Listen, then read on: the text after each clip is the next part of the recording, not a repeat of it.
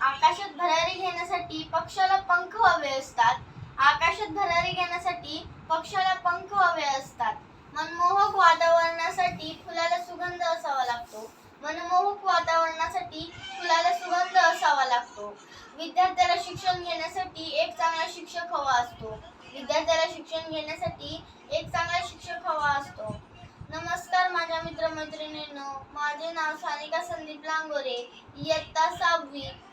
आज 5 सप्टेंबर आयुष्याला आधार, आकार व ज्ञान देणाऱ्या शिक्षकांचा दिवस. क्षी म्हणजे शीलवान, क्ष म्हणजे क्षमाशील, क म्हणजे कर्तृत्वदक्ष. भारताचे माजी राष्ट्रपती डॉ. सर्वपल्ली राधाकृष्णन यांचा जन्मदिवस राष्ट्रीय शिक्षण दिन म्हणून साजरा केला जातो. शिक्षकाच्या हातात संपूर्ण देशाचे भविष्य आहे. कुंभार ज्याप्रमाणे मातीच्या गोळ्याला आकार देऊन सुंदर मूर्ती तयार करतो, त्याचप्रमाणे शिक्षक विद्यार्थ्याच्या व्यक्तिमत्वाला सुरेख आकार देऊन त्याची संस्कारक्षम भावी पिढी घडविण्याचे महान कार्य करत असतात.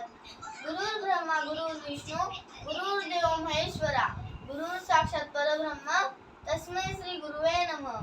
प्रेमाचा शब्द, स्नेहाचा स्पर्श. प्रेमाचा शब्द, स्नेहाचा स्पर्श. आपुलकीची नजर, कौतुकाची थाप. आपुलकीची नजर, कौतुकाची थाप. सदैव मदतीचा हात. सदैव मदतीचा हात. शिक्षक म्हणजे अपूर्णाला पूर्ण करणारे. शिक्षक शब्दांनी ज्ञान वाढणारे. शिक्षक म्हणजे जगण्यातून जीवन घडवणारे. शिक्षक तत्वातून मूल्य घडविणारे. शिक्षक आई वडील हे आपले पहिले गुरु असतात, तर शिक्षक हे आपले दुसरे गुरु असतात. म्हणून शिक्षक आपल्या चांगल्या वाटचालीसाठी सतत प्रयत्न करत असतात. म्हणून असे म्हणतात की एक पुस्तक, एक पेन, एक विद्यार्थी आणि एक शिक्षक संपूर्ण जग बदलू शकतात. शिक्षक हा मेणबत्तीसारखा असतो, जो स्वतः पेटतो व विद्यार्थ्याला प्रकाशमान तेजोमय बनवतो. म्हणून मला म्हणायचे वाटते की वात पेटण्यासाठी समईला ज्योत हवी. वात पेटण्यासाठी समईला ज्योत हवी. आकाशात चांदणं बघण्यासाठी रात्र हवी. आकाशात चांदणं बघण्यासाठी रात्र हवी. मोठं ध्येय गाठण्यासाठी शिक्षकांची साथ हवी. मोठं ध्येय गाठण्यासाठी शिक्षकांची साथ हवी. जो संपत्ती वाढवतो तो काळजी वाढवतो. जो संपत्ती वाढवतो तो काळजी वाढवतो.